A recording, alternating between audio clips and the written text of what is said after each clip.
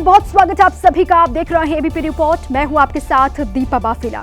शुरुआत इस वक्त की 4 बड़ी खबरों के साथ हम करने जा रहे हैं, जिस पर विस्तार से आगे हम बात करेंगे। कोलकाता में गृह मंत्री अमित शाह ने बीजेपी कार्यकर्ताओं को विजय मंत्र दिया है। ममता बनर्जी को भी गृह मंत्री ने चैलेंज किया। उन्होंने कहा कि हिम्मत है तो हिंसा के बिना चुनाव लड़कर दिखाए ममता बनर्जी। ऑपरेशन सिंदूर पर सवाल उठाने वालों पर भी अमित शाह गरजे हैं। पूरी खबर आगे आपको बताएंगे। फाइटर जेट पर सीडीएस के बयान के बाद भड़की सियासत। कांग्रेस ने सरकार पर देश को गुमराह करने का आरोप लगाया और ये कहा कि सरकार दे इस पर जवाब। बीजेपी ने पलटवार किया है। बीजेपी ने कहा कि पाकिस्तानी थ्योरी बेच रही है कांग्रेस पार्टी। आगे आपको खबर दिखाएंगे।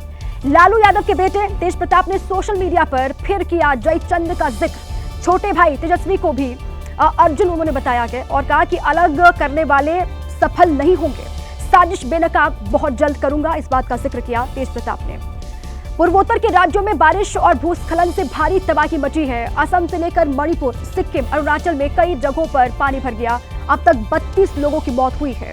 पूरी खबर आपको विस्तार से आगे हम दिखाएंगे। खबर यूपी के बस्ती से है। बस्ती में उस वक्त हड़कंप मच गया जब भीषण गर्मी की वजह से धूप में खड़ी बाइक आग के गोले में तब्दील हो गई। बाइक सवार ने किसी तरह कूदकर अपनी जान बचाई। दरअसल लाल रंग की बुलेट बाहर खड़ी थी, लेकिन धूप इतनी तेज थी कि जैसे बुलेट मालिक उसे स्टार्ट करता है, गाड़ी आग के गोले में तब्दील हो जाती है। युवक कूदकर जान बचाता है, पास रखा पानी उठाकर आग बुझाने की कोशिश करता है, लेकिन आग बुझती नहीं बल्कि और भड़क उठती है। जिसके बाद दूसरे लोग अपनी बाइक को बचाने की कोशिश करते हैं जो उसी बुलेट के पास खड़ी थी, लेकिन देखते ही देखते आग विकराल होती है और 2 और बाइक इसकी चपेट में आ जाती हैं। ये सब कुछ 3 मिनट के अंदर होता है। जब आग बुझती है, बाइक पूरी तरह जलकर राख हो जाती है, सिर्फ जला हुआ लोहा बचता है। इस घटना से पूरे इलाके में दहशत का माहौल है, क्योंकि गर्मी हर दिन नया रिकॉर्ड बना रही है। ऐसे में यह हादसा किसी के साथ भी हो सकता था। असदुद्दीन ओवैसी ने एक बार फिर से दुनिया के सामने पाकिस्तान को लताड़ लगाई है। ओवैसी ने साफ शब्दों में कहा है कि पाकिस्तान पर नियंत्रण करना दुनिया के लिए बहुत जरूरी हो गया है। इस बार ओवैसी अल्जीरिया में आतंक परस्त पाकिस्तान का चेहरा बेनकाब कर रहे थे। यहाँ उन्होंने भारतीय समुदाय को संबोधित किया और पाकिस्तान का सच सामने रखा। Pakistan is the epicentre of takfirism and there is no difference of ideology between the terrorist groups in Pakistan and Daesh and in al Qaeda. They believe in fact, they believe that they have a religious sanction, which is completely wrong. Islam does not allow killing of any person, and that unfortunately that is their ideology which they have been promoting, perpetrating. इससे पहले भी ओवैसी दुनिया के अलग अलग देशों में जाकर इसी तरह पाकिस्तान की कलाई खोल चुके हैं। ओवैसी ने कहा कि अगर पाकिस्तान एक बार फिर FATF की ग्रे लिस्ट में वापस चला जाएगा तो आतंकी घटनाओं में कमी आ जाएगी। यूपी के शामली में ट्रेन पलटाने की एक बड़ी साजिश का खुलासा हुआ है। कुछ शरारती तत्वों ने रेलवे ट्रैक पर भारी पत्थर रख दिया, लेकिन ड्राइवर की सूझबूझ से बड़ा हादसा होने से टल गया। तो पत्थर बिछा रखा। रेलवे ट्रैक पर पत्थर का बड़ा पाइप रखा हुआ था। उसके बाद पटरियों पर छोटे छोटे पत्थर रखे गए थे। इन पत्थर और लोहे के पाइप को देखिए। अगर ड्राइवर ने इमरजेंसी ब्रेक ना लगाया होता तो बड़ा हादसा होना तय था। लोहे के इस पाइप को 2 पटरियों के बीच में रखा गया है। करीब 12 फीट लंबे पाइप को शरारती तत्वों ने जानबूझकर इस तरह से रखा था कि टक्कर होते ही हादसा होने की संभावना थी। यही नहीं, ट्रैक पर छोटे छोटे पत्थर भी काफी दूर तक एक लाइन में रखे हुए थे। जिसकी भी नजर इन पत्थर पर पड़ी वो सहम गया। ट्रेन दिल्ली से सहारनपुर जा रही थी। घटना की वजह से करीब आधा घंटे से ज्यादा समय तक ट्रेन जंगल में खड़ी रही। कुछ यात्रियों ने वीडियो बनाकर उसे सोशल मीडिया पर वायरल कर दिया। घटना की जानकारी मिलते ही पुलिस और GRP मौके पर पहुंची और रेलवे ट्रैक से पत्थर और लोहे के पाइप को हटवाया।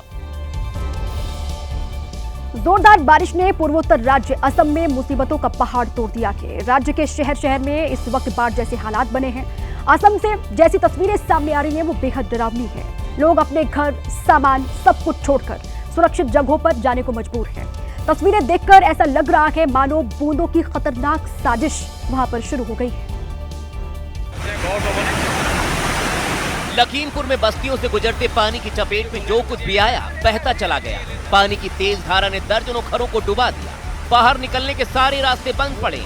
घरों में पानी भर गया तो अब पूरा इलाका खौफ के साए में सड़कों पर उतर आया। बचते बचाते लोगों ने जरूरी सामान लेकर अपना आशियाना छोड़ा। हैलाकंडी जिले में अंकेलंका तटबंध टूटने से इलाके का बड़ा हिस्सा बाढ़ की चपेट में आ गया। कटखल नदी का पानी तेज रफ्तार से रिहायशी इलाकों में बहता दिखा।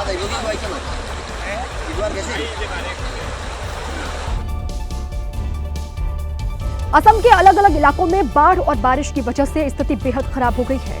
करीब 80,000 लोग असम में बाढ़ से इस वक्त प्रभावित हैं। असम की करीब सभी प्रमुख नदियों का जलस्तर बढ़ गया है। 3 जिलों में रेड अलर्ट और 8 जिलों में ऑरेंज अलर्ट वहां जारी किया गया है। श्रीभूमि की स्थिति भी ठीक वैसी ही है जैसी शहरों की। यहाँ भी गली गली पानी है। इस शख्स को देखिए, छाता लिए मुश्किलों से लड़ते लड़ाते घर से बाहर निकला है। आधा शरीर पानी में डूबा है। आगे बढ़े तो श्रीभूमि में जो कुछ नजर आया वो और भी ज्यादा डराने वाला था। इस घर पर अब पूरी तरह पानी का कब्जा हो चुका है। बुजुर्ग महिला पानी के बीच ही एक कमरे से दूसरे कमरे में जाती दिखाई दी। सारा सामान पानी में डूब गया।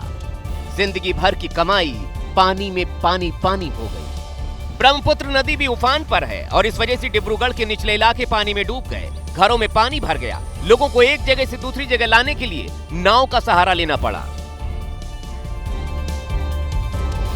और बात मणिपुर की राजधानी इंफाल की। इंफाल भी इस वक्त भीषण जलभराव की मार झेल रही है। लगातार हो रही बरसात ने इंफाल की सड़कों पर पानी ने वहां पर आक्रमण कर दिया है, अतिक्रमण किया हुआ है। शहर के नाले बंद पड़े हुए हैं। शहर में हर तरफ मानो नदी बह रही है। ये इम्फाल का मेडिकल कॉलेज है। इस मुश्किल वक्त में जिसकी सबसे ज्यादा जरूरत है, उस अस्पताल में पानी ने घुसपैठ कर ली है। हर तरफ पानी ही पानी है। गेट से लेकर अंदर वार्ड तक हर जगह सिर्फ पानी है। लोग जान बचाने के लिए खतरों से मुकाबला करते हुए सुरक्षित स्थानों पर जाते दिखे। कोई गाड़ी से जा रहा है तो किसी के लिए नाव आ रही है। बारिश कैसे बर्बादी में बदल जाती है, ये कोई इस वक्त इम्फाल वासियों से पूछे। शहर के नाले बंद पड़े हैं। एनडीआरएफ दल बल के साथ मिशन मोड में राहत और बचाव करता दिखा। शहर की सड़कें तालाब में तब्दील हो गई। जिन सड़कों पर सरपट वाहन दौड़ते दिखते थे, वहाँ तेज रफ्तार से नदियाँ बहती दिखी।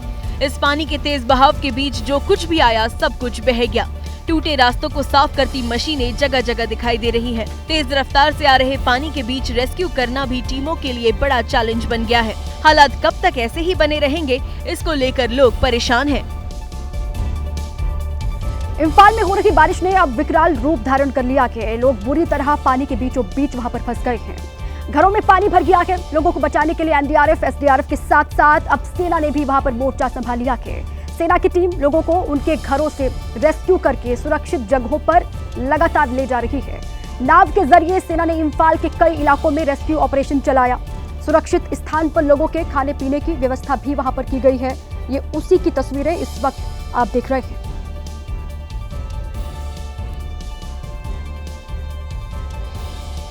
और वहीं सिक्किम में बाढ़ और बारिश ने तबाही मचा दी है। सिक्किम के कई इलाकों में भारी बरसात के बाद पहाड़ों के दरकने का सिलसिला बदस्तूर जारी है। पहाड़ टूटने से तमाम रास्ते इस वक्त वहां पर बंद हैं। सिक्किम में लगातार हो रही बरसात और तबाही की तस्वीरें बेहद डराने वाली हैं। मानो पहाड़ के पहाड़ टूटकर नदियों में बह रहे हैं। ये पानी अपने साथ तबाही ला रहा है। मंगन जिले के चुंगथांग में तीस्ता नदी उफान पर है। जगह जगह निर्माण कार्य ध्वस्त हो गए। सिक्किम में हर पल चुनौतियों से भरा है। जगह जगह से लैंडस्लाइड की खबरें आ रही हैं। प्रशासन रेस्क्यू में जुटा है। लोग मंगम छोड़कर सुरक्षित स्थानों पर जा रहे हैं, क्योंकि तीस्ता नदी जिस तरह खतरे के निशान से ऊपर बह रही है, उससे डर है कि कहीं ये पुल भी न डूब जाए। नदी के किनारे रहने वालों ने अपने ठिकाने बदल दिए। डर तब और बढ़ गया जब लगातार जगह जगह से तीस्ता नदी पर बने पुल बहने की खबर थमने का नाम नहीं ले रही। ये मंगन को चुंगथांग से जोड़ने वाला फिंदांग बेली पुल है। तेज बारिश ने इस पुल को बड़ा नुकसान पहुंचाया। रात भर यहाँ रेस्क्यू अभियान चलता रहा। बड़ी बड़ी मशीनें इलाके को साफ करती नजर आईं। त्रिपुरा भी इस वक्त भारी बारिश की चपेट में है। लगातार हो रही बारिश से त्रिपुरा में जनजीवन अस्त व्यस्त हो गया है। आपको त्रिपुरा की राजधानी अगरतला की हम तस्वीरें दिखाते हैं, जहां शरीर के आधे हिस्से तक पानी भरा हुआ है। जरूरी काम से निकल रहे लोग इसी लबालब पानी से होकर के गुजर रहे हैं। अगरतला में सिर्फ 3 घंटे में तकरीबन 200 मिलीमीटर बारिश हुई, जो कि एक रिकॉर्ड है। मुख्यमंत्री मानिक साहा ने भी बाढ़ प्रभावित इलाकों का दौरा किया। सीएम के मुताबिक पिछले 48 घंटों से लगातार हो रही बरसात की वजह से 1300 परिवारों ने राहत शिविरों में शरण ली है। ये वही की तस्वीर अगरतला की आप देख रहे हैं, जहां पर कमर तक लोगों के पानी भरा हुआ के ये सड़कों का हाल है और दोनों ही ओर लोग रहते हैं। अब लोगों का जनजीवन किस तरीके से यहां पर प्रभावित हुआ होगा उसका अंदाजा आप लगा सकते हैं।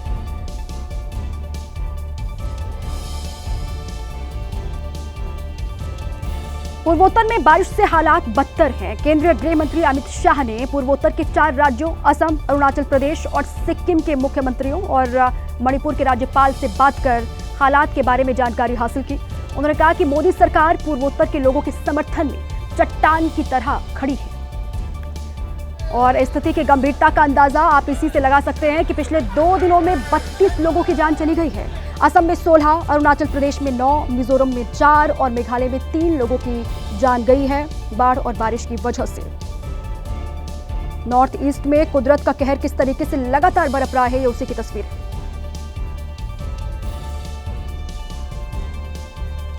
अब आगे बढ़े। ऑपरेशन सिंदूर को लेकर देश में सियासत थमने का नाम नहीं ले रही है। अब विपक्षी नेताओं ने सीडीएस अनिल चौहान के उस बयान को मुद्दा बना लिया जिसमें उन्होंने कहा था कि भारतीय विमानों का गिरना बड़ी बात नहीं थी, बल्कि विमान क्यों गिरे ये महत्वपूर्ण है। सीडीएस के इस बयान के बाद कांग्रेस ने केंद्र सरकार पर आरोप लगाए हैं कि वो देश को गुमराह कर रही है। चीफ ऑफ डिफेंस स्टाफ ने सिंगापुर में ये बोला है कि हमारे जहाज गिरे। बहुत चिंता का विषय है। ठोस असली मुद्दों पे अब आपको जवाब भी देना पड़ेगा। इधर बीजेपी के नेता अभी भी ये मानने को तैयार नहीं कि ऑपरेशन सिंदूर के दौरान कोई भी जहाज गिरा था। पाकिस्तान के जनरल सैयद आसिम मुनीर जो थ्योरी बेच रहे हैं उसका कोई खरीदार दुनिया में नहीं है, एक ही खरीदार है, वो कांग्रेस पार्टी। इस बीच कांग्रेस अध्यक्ष मल्लिकार्जुन खड़गे ने एक बार फिर सरकार से संसद का विशेष सत्र बुलाने की मांग की है। यूपी के अमरोहा में भड़की आग ने एक फैक्ट्री को जला डाला। आग इतनी भीषण थी कि कई किलोमीटर दूर से उसकी लपटें दिखाई दे रही थी। फैक्ट्री बड़ी थी और इसलिए आग लगने के बाद आसपास के लोग दहशत में आ गए। इस आग को देखकर लोग डर गए थे। आसमान को छूती लपटें सब कुछ राख कर देने पर आमादा थी। फैक्ट्री के एक छोर से दूसरे छोर तक आग ही आग थी। आग की लपटों ने कुछ भी बचाने का मौका नहीं दिया। हालांकि फैक्ट्री के बाहर खड़ी गाड़ियों को मौका रहते हटा लिया गया। अमरोहा के डिडौली कोतवाली क्षेत्र स्थित एक्सोटिक इंडिया एक्सपोर्ट फैक्ट्री में केमिकल और ज्वलनशील पदार्थ रखा हुआ था। बताया जा रहा है कि उसी में आग लग गई और तेजी से पूरी फैक्ट्री में फैल गई। शुरू में लोगों ने आग को काबू करने की कोशिश की, लेकिन आग की लपटें इतनी भयानक थी कि फैक्ट्री के अंदर काम कर रहे लोगों को बाहर भागना पड़ा। फिर फायर ब्रिगेड को सूचना दी गई। मौके पर पहुंची फायर ब्रिगेड की टीम ने बाहर से ही आग बुझाने की कोशिश की, लेकिन काफी देर तक पानी डालने के बाद भी लपटें शांत नहीं हुई। घंटों मशक्कत के बाद आग पर काबू पाया गया। मध्य प्रदेश के सागर में उस वक्त हड़कंप मच गया जब एक मेडिकल शॉप में आग लग गई, जिससे लाखों का सामान जलकर राख हो गया। फायर ब्रिगेड की टीम को आग पर काबू पाने में घंटों मशक्कत करनी पड़ी। दरअसल आग इतनी विकराल थी कि पूरे इलाके में दहशत मच गई, क्योंकि जिस जगह यह मेडिकल की दुकान थी वो पूरा रिहायशी इलाका था, जहां आसपास कई दुकान और मकान थे। डर इस बात का था कि कहीं आग आसपास की दुकानों को अपनी चपेट में न ले ले, इसलिए जैसे ही आग लगी दूसरे दुकानदार अपनी दुकानों से सामान हटाने लगे। वहीं आग बुझाने पहुंची फायर ब्रिगेड की टीम को कड़ी मशक्कत का सामना करना पड़ा, क्योंकि जब तक फायर ब्रिगेड घटनास्थल पर पहुंची आग विकराल हो चुकी थी। आसमान धुएं से भरा था, जिसकी लपटें दूर से दिखाई दे रही थी। मेडिकल की एक दुकान है, उसमें आग लग गई थी। शायद अभी उसका कारण पता नहीं चला है, और फायर ब्रिगेड और एमटीबी की टीम ने आके उस पर आग पे काबू पा लिया है। आग बुझाने में फायर ब्रिगेड की टीम को 2 घंटे लग गए, जिससे दुकान में रखा लाखों का सामान जलकर राख हो गया। गनीमत रही कि कोई हताहत नहीं हुआ। केंद्रीय गृह मंत्री अमित शाह ने पश्चिम बंगाल की सीएम ममता बनर्जी पर बड़ा प्रहार किया है। कोलकाता में बीजेपी कार्यकर्ताओं को संबोधित करते हुए अमित शाह ने कहा कि बंगाल घुसपैठ का केंद्र बन गया है। माँ माटी मानुष का नारा देकर ममता दीदी आई।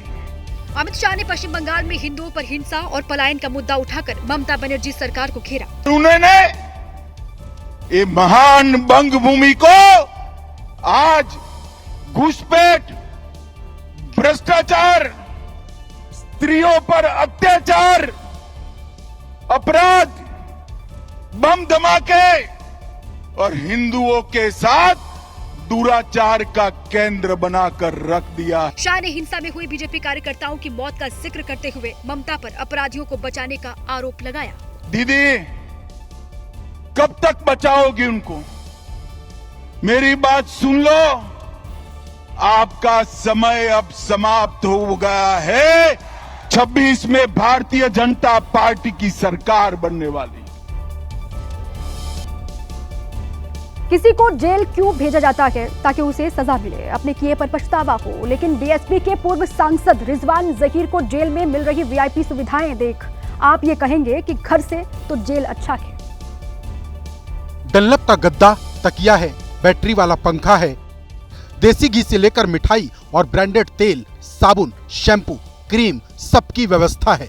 जेल में ऐसी व्यवस्था फिल्मों में देखी होगी, लेकिन ये ललितपुर की जिला कारागार का वो सीन है जिसे देखकर जेल निरीक्षण पर गए सचिव मयंक जायसवाल भी हैरत में पड़ गए। क्योंकि जेल में वीआईपी लेवल की जो सुविधाएं आप देख रहे हैं वो पूर्व सांसद रिजवान अहमद को जेल में दी गई थी। इन सुविधाओं को लेकर जेल अधीक्षक से सवाल किया गया तो वो कोई जवाब नहीं दे पाए। अब सवाल इस बात का है कि आखिर एक आरोपी को जेल में इस तरह की सुविधाएं कैसे मिल रही थी, क्योंकि जब सचिव ने तलाशी ली तो पूर्व सांसद के तकिए के नीचे से 30,000 रुपए भी बरामद हुए। फिलहाल जेल में मिल रही ये वीआईपी सुविधाओं को लेकर पूरा जेल प्रशासन सवालों के घेरे में है, क्योंकि रिजवान जहीर हत्या का आरोपी है। इस वक्त एक बड़ी खबर रूस से मिल रही है, उससे आपको रूबरू करवा दें, जहां यूक्रेन की तरफ से बड़े हमले की खबर है। रूस के एयरबेस पर यूक्रेन ने हमला किया है, बड़ा ड्रोन अटैक किया है। इस वक्त की बड़ी खबर, रूस के 4 एयरबेस पर यूक्रेन ने ड्रोन से हमला किया है।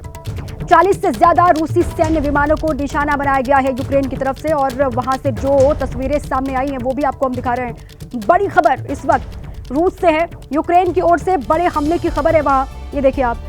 और कहा यह जा रहा है रूस के एयरबेस पर यूक्रेन ने बड़ा ड्रोन अटैक किया है और धुएं का गुबार यहां से उठता हुआ आपको नजर भी आ रहा है। 4 एयरबेस जहां पर यूक्रेन की ओर से अटैक किया गया, रूस के सैन्य विमानों को निशाना बनाया गया है यूक्रेन की तरफ से रूस के, और ये कहा जा रहा है कि वहां पर बहुत बड़ा नुकसान हुआ कि रूस को। ये एक्सक्लूसिव तस्वीर इस वक्त आपके सामने है। 40 से ज्यादा रूसी सैन्य विमानों को टारगेट किया गया यूक्रेन की तरफ से। ये नई तस्वीरें एक बार फिर रूस और यूक्रेन के बीच में जंग की जो भयावहता है वो लगातार किस तरीके से बढ़ रही है, ये उसी की गवाही देती तस्वीर। यूक्रेन की ओर से रूस पर यह अटैक किया गया है। 40 से ज्यादा रूसी सैन्य विमानों को टारगेट बनाया गया यूक्रेन की ओर से। रतलाम में एक घोड़े ने हाथी को दौड़ा दौड़ा कर काटा है। हाथी भी बेबस होकर भागता हुआ दिखाई दिया। इस दौरान लोगों में अफरा तफरी वहां पर मच गई। बाद में किसी तरह दोनों को अलग किया गया। घोड़े ने जैसे ही गजराज को देखा वो बेकाबू हो गया। उसने हाथी पर हमला कर दिया और उसके पैर में काटने की कोशिश की।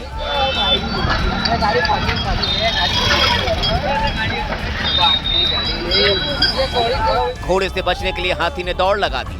हाथी की टकराने की वजह से एक मोटरसाइकिल भी गिर गई। इस दौरान घोड़ा लगातार उसके पैर में काटता रहा।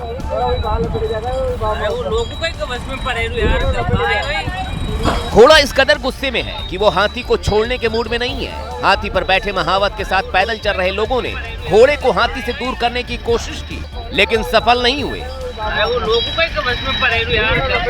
घोड़े को काबू करने में उसका मालिक भी नाकाम दिखा। गजराज को भी जब कुछ नहीं सूझा तो उसने दूसरी तरफ भागकर जान बचाने में ही भलाई समझी, लेकिन घोड़े ने फिर भी उसका पीछा नहीं छोड़ा। वो उसके पीछे भागता हुआ नजर आया।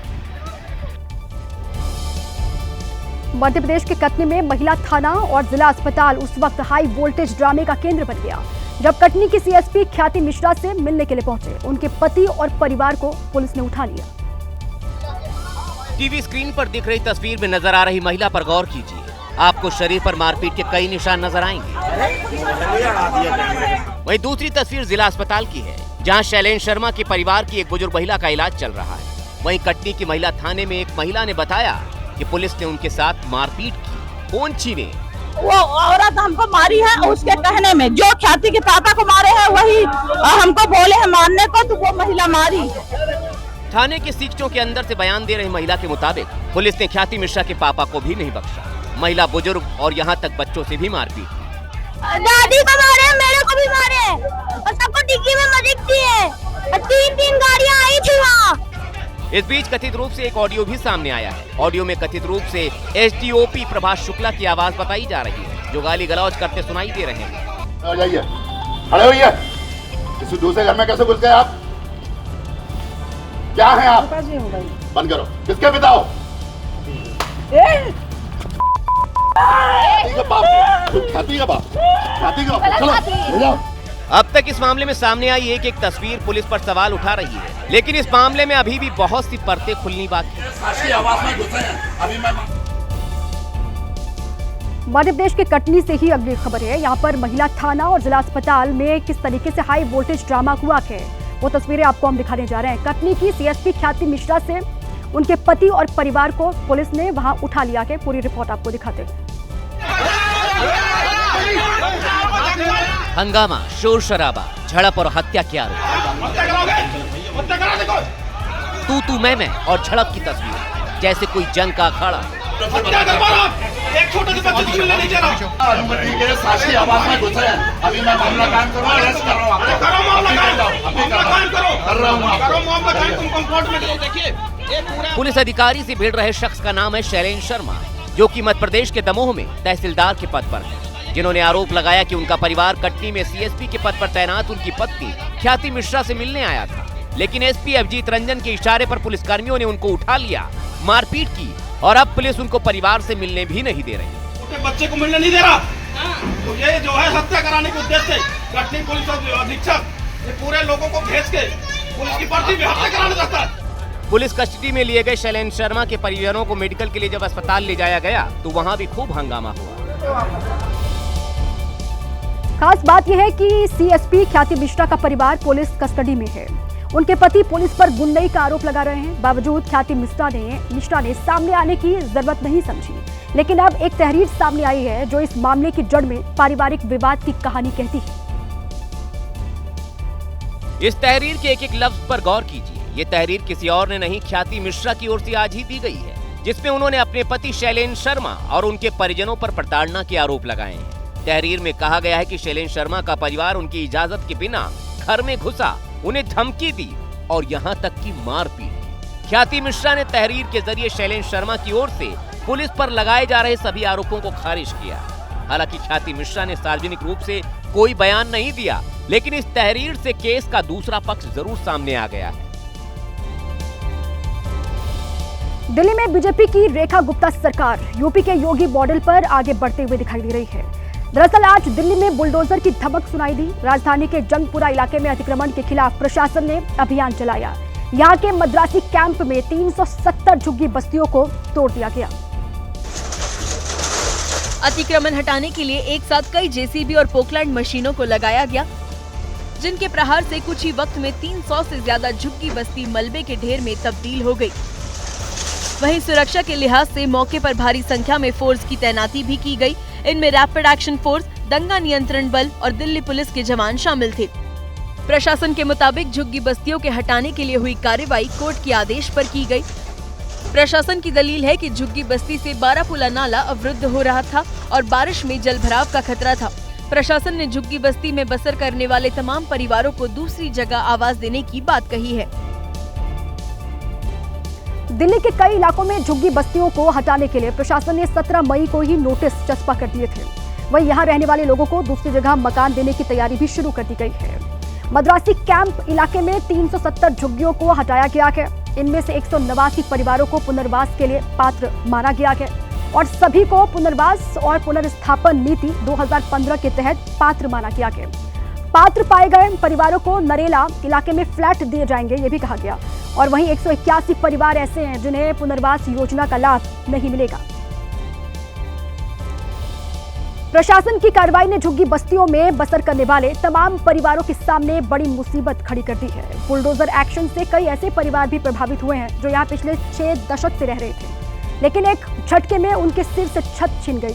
तो उन परिवारों के सामने बड़ी मुसीबत अब खड़ी हो गई है, जिनकी झुग्गी तोड़ दी गई और उन्हें पुनर्वास योजना के तहत पात्र भी नहीं माना गया है। 300 से ज्यादा झुग्गी बस्तियों पर बुलडोजर की चोट दर्जनों आंखों में आंसू लेकर के आई है। अपनी आंखों के सामने आशियाने पर बुलडोजर चला तो गला रूंध गया और आंखें आंसुओं से डबडबा गई। हम तो बचपन से यही रह रहे हैं, क्या बोलो, अभी तो छोड़ रही है सब कुछ। कोई नहीं आया, बस वोट लेने के लिए आते हैं बस, और बाकी लोग तो कोई आता ही नहीं है यहाँ पर। झुग्गी टूटने से बेघर हुए लोगों का दावा है कि यहाँ पर 50 साल से भी ज्यादा वक्त से मद्रासी कैंप था। पर इतने वक्त में कोई कार्रवाई नहीं हुई। लेकिन अब झुग्गी बस्ती को अतिक्रमण बताकर तोड़ दिया गया। एक सवाल नरेला में पुनर्वास को लेकर भी है। 215 लोग का घर दिया करके नाम लिखा है, लेकिन घर दिया है 180 लोगों। जिन लोगों को पुनर्वास योजना का लाभ मिला है, उनकी शिकायत है कि नरेला में फ्लैट की स्थिति ठीक नहीं है। वहीं जंगपुरा से दूर नरेला में बसने पर आजीविका पर भी असर होगा। और बात बिहार की, इसी साल बिहार में विधानसभा चुनाव होने हैं। अभी करीब 5 महीने का वक्त बाकी है, लेकिन उससे पहले ही बाकी दलों के साथ चिराग पासवान ने भी सियासी समीकरण बैठाना शुरू कर दिया है। सूत्रों के हवाले से जो बड़ी खबर निकल करके सामने आई है, उसके मुताबिक आपको हम बताएं, लोक जनशक्ति पार्टी रामविलास के अध्यक्ष और केंद्रीय मंत्री चिराग पासवान इस बार विधानसभा चुनाव लड़ सकते हैं। ये खबर सामने आ रही है। एलजेपी कार्यकारिणी की बैठक में सर्वसम्मति से फैसला हुआ कि ये कहा जा रहा है पटना, दानापुर या हाजीपुर से किसी भी सीट से चिराग पासवान चुनाव लड़ सकते हैं, ऐसी संभावना के। हालांकि विधानसभा चुनाव लड़ने पर अंतिम फैसला चिराग पासवान लेंगे, लेकिन चिराग पासवान के रिश्तेदार और सांसद अरुण भारती ने अपनी एक पोस्ट में जो संकेत दिए हैं, उससे बिहार में सियासी हलचल बढ़ गई है। अरुण भारती ने अपने पोस्ट में लिखा, चिराग पासवान हमेशा कहते हैं कि उनकी राजनीति बिहार केंद्रित है और उनका vision Bihar first, Bihari first, एक विकसित और आत्मनिर्भर बिहार का संकल्प है। हर जगह लोगों की एक ही मांग है कि चिराग को अब बिहार में बड़ी भूमिका निभानी चाहिए। हाल ही में पार्टी कार्यकारिणी की बैठक में भी सर्वसम्मति से प्रस्ताव पास हुआ कि वो आगामी विधानसभा चुनाव में खुद चुनाव लड़ें। पार्टी कार्यकर्ताओं का ये एक आग्रह था कि आने वाले बिहार विधानसभा चुनाव में अगर चिराग पासवान जी लड़ते हैं तो उनको एक सामान्य सीट, जनरल सीट से चुनाव लड़ना चाहिए। 2 दिन पहले ही चिराग पासवान ने बिहार विधानसभा चुनाव लड़ने के संकेत दिए थे। बिहार के वैशाली में चिराग पासवान ने कहा था कि उनके चुनाव लड़ने से उनकी पार्टी और एनडीए दोनों को रणनीतिक फायदा हो सकता है। चिराग पासवान 3 बार सांसद बने और मोदी सरकार में मंत्री हैं, लेकिन कभी विधानसभा चुनाव नहीं लड़े।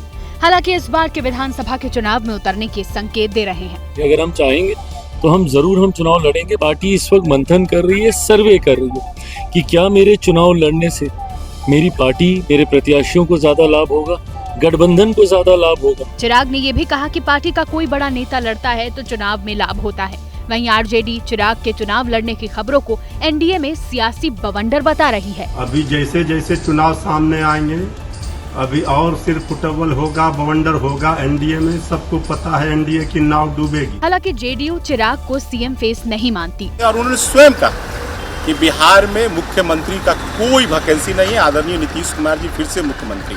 बीजेपी ने कहा कि सभी पार्टियां स्वतंत्र हैं, किसको कब और कैसे लड़ाना है।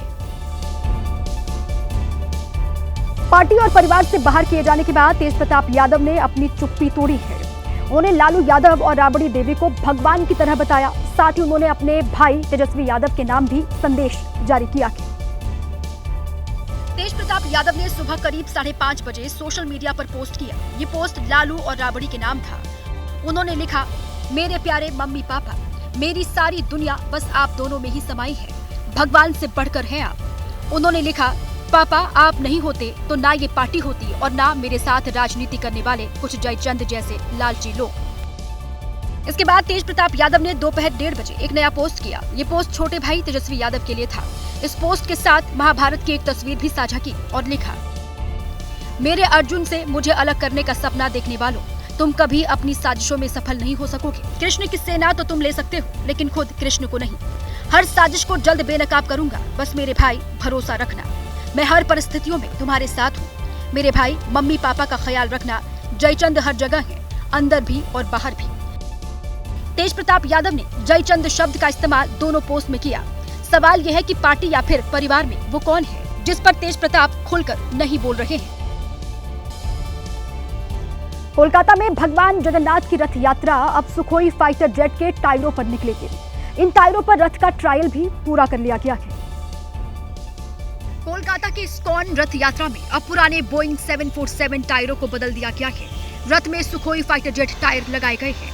कोलकाता की सड़कों पर रथ का ट्रायल सफल होते ही इसे मंजूरी दे दी गई है कि जगन्नाथ भगवान अपने इस ये सुखोई टायर को ग्रहण करके ये संदेश देना चाहते हैं कि युद्ध का जो परिणाम होता है वो बहुत ही भयानक होता है। इससे पहले पिछले 48 सालों से बोइंग 747 के टायर लगे हुए थे।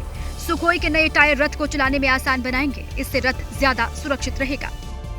ऑपरेशन सिंदूर में भारत पाकिस्तान के बीच हुए तनाव के दौरान लड़ाकू विमानों ने अपनी जबरदस्त ताकत दिखाई। सुखोई SU लड़ाकू विमानों ने सटीक हमले किए, जिससे दुश्मन के हौसले पस्त हो गए। तो ये थी आज की ABP रिपोर्ट। कल भी जारी रहेगी खबरों की खोज। नमस्कार।